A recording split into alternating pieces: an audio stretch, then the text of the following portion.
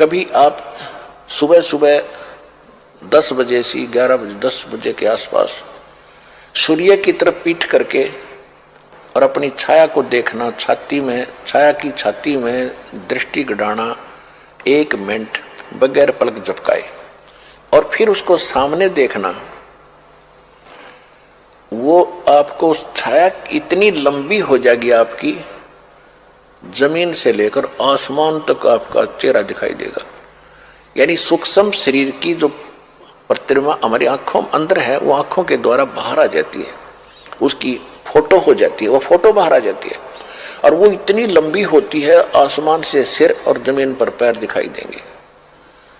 इसको सूक्ष्म वेद, इसको सूक्ष्म शरीर कहते हैं। और जिनका ये सूक्ष्म शरीर भक्ति से युक्त हो जाता है तो उसमें ज्यादा तेज दिखाई देता है प्रकाश।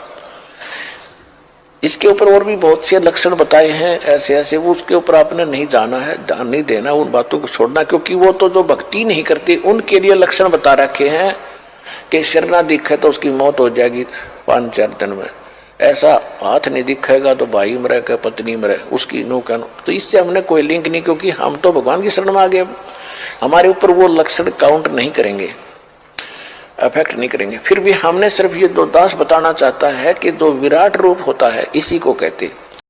जैसे आप रिश्तेदारी में जाते हो या किसी कारण से रास्ते चलते किसी के घर रुक जाते हो तो आपको परमात्मा ने, क्योंकि आपका उद्देश्य केवल वहां पेट भरने का नहीं है, आपका उद्देश्य किसी कामवश वहां गए हो और वहां रुकना भी पड़ जाता, खाना खाइए उनके, लेकिन खाद्य पदार्थ खाइए, अखाद्य ना खाइए, जो साधारण भोजन खाइए, वेज खाइए, यानी वैष्णव भोजन खाइए।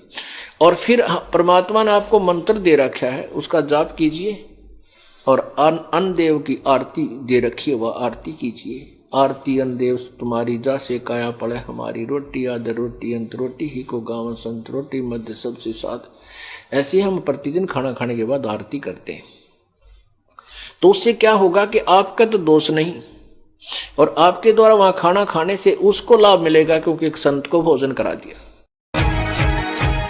गुरु के बिन कोई भी ज्ञान कहाँ पाए, ज्ञान का अमृत देने तुम खुद ही चले आए। जहाज भर भर ले जाऊंगा सतलोक में अपने बच्चा की, और वहां ठाठ कर देंगे। सब कर्मों का हमारे अंतःकरण के अंदर हमारे शरीर में एक ऐसा इंस्ट्रूमेंट लगा रखा है जिसमें वो असंख्य जन्मों के आपके संस्कार डिपॉजिट है कोड वर्डों में, और एक कॉपी भगवान के पास है।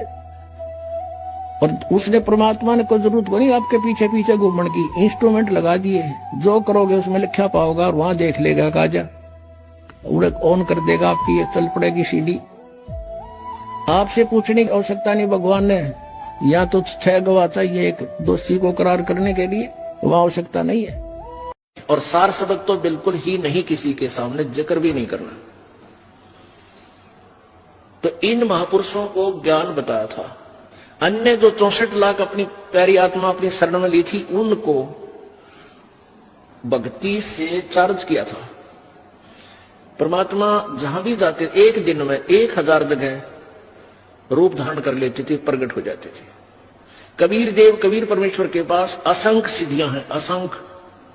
यहां के भगवानों के पास मैक्सिमम 8 सिद्धि है।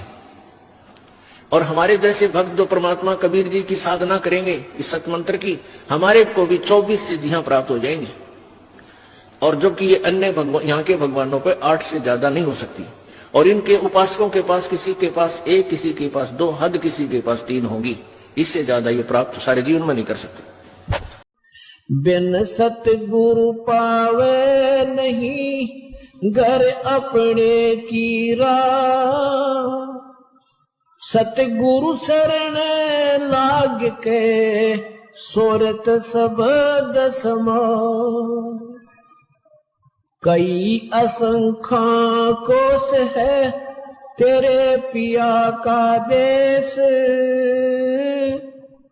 एक पलक में पाइयो ले सतगुरु उपदेश।